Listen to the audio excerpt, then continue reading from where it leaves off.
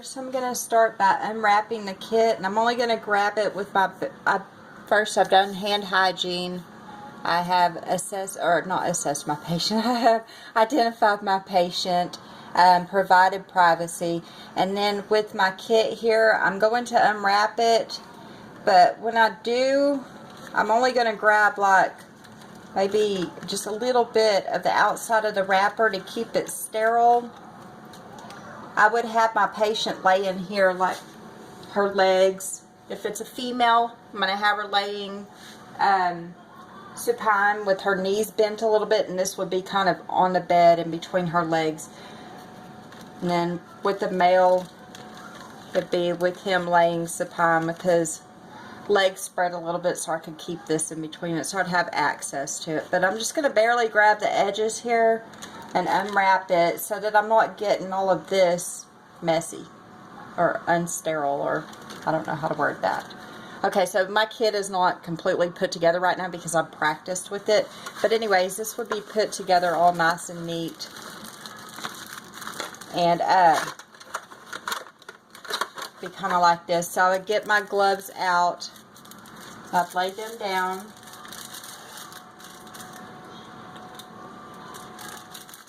Unwrap them, and I'm going to put them on without contaminating the outside of them. And the way I'm going to do this is I'm going to grab it from the inside because they're folded over, so grab it from the inside and slip my hand in there. Keep it folded so I'm not contaminating the outside of them. These are really small. Okay. There's that. And then with this hand, I'm going to slip my, I'm going to flip that, no, it's right. Okay, I'm going to slip my fingers up under those and then slide it on my hand so that my hand doesn't touch the outside of it like that. Okay. Move that out of the way. And then I am going to, what? Oh. There's a little, I don't know what this is. I'm going to lay it down under the patient's bottom. Okay. Lay it down under the patient's bottom. This is my patient. I'm going to prevent contamination, I'm going to place this cloth over my patient, over their, in between their legs. Okay, I'm not going to use this because I'm not taking a urine sample. And then I will get some lubricant here on my tray. Get my catheter hose out along with the bag. I'll leave this thing on there for a minute. These are my sticks, my swabs to clean the perineum with. For a female patient, I'd swab once on each. One swab would go on this labia, the other one on that one, and then one down the middle. Now once I hold my hand there and spread open her labia to clean it, this hand is now contaminated, so I can't touch any of this stuff with that hand. So I'm going to sit there and hold it. If it happens to go back together, I have to start all over again because now it's contaminated. So anyway, swab once on each side, using a different swab each time, and once down the middle, using a different swab. Get my catheter out here. I probably actually should have done this part first, where I put this on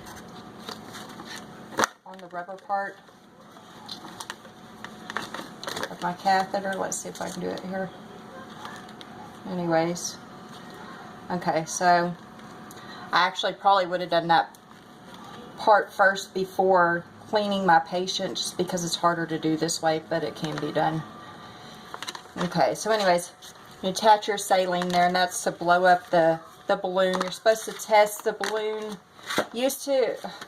Our skills instructor, Miss Howard, said they don't test them anymore because what it does is it blows up that balloon and you can see a bulge in it now, and that's kind of rough on the urethra. But anyways, so I'm going to put this in some lubricant, and I'm going to, without touching a whole lot of stuff, I'm going to insert it into the urethra and feed it in there. And I'm going to feed it as far as I can go with it.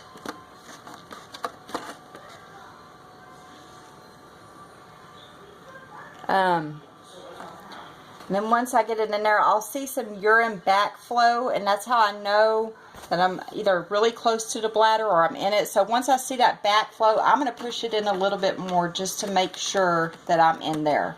And then what I'm going to do is use my saline and fill up that bubble or the balloon that's in it. So I've filled it up. And then I'm going to pull my catheter back out and make sure that it's going to stay, that that bubble's inflated. Okay, so to remove it, what I would do is, hand hygiene and everything. But to remove it, I'm just going to put this back on, let it sit there and fill up like that. Sometimes you might need to give it a little tug to get it started. This one's doing okay. Okay, so I see bubbles, so that means that there's no more water. I'll pull it just a little bit more just to make sure. And then I will just pull it out. And then for a male, I will go through the same process, putting on my gloves, the same process up to inserting it. When I clean a male, I guess I'll use this. Okay. When I clean a male, I'm going to take my swab and I'm going to start at the opening around. I'm going to go outwards. That way I'm not, if I'm going inwards, there's liable to get something into that hole. So anyways, my male, I'm going to do the same thing with him. I'll have my stuff on here, and once I touch him, I can't touch any of this stuff because it's going to contaminate it. Lube up my catheter hose, my catheter tube, feed it into there. I'm going to lube this hose up further down just because his urethra is longer. Feed it in there. I'll see urine flow. Same with the female. I'll see the urine flow. Push it in a little bit more. Fill up the the balloon. And then undo it. Pull it out, make sure your balloon is blown up. Then to remove it, same as a female, you're going to drain that balloon. Also, when you're removing it, you're pulling it out, you want to make sure that you have a towel under your patient, because when you pull it out, urine, let me get all this stuff, the box out of the way.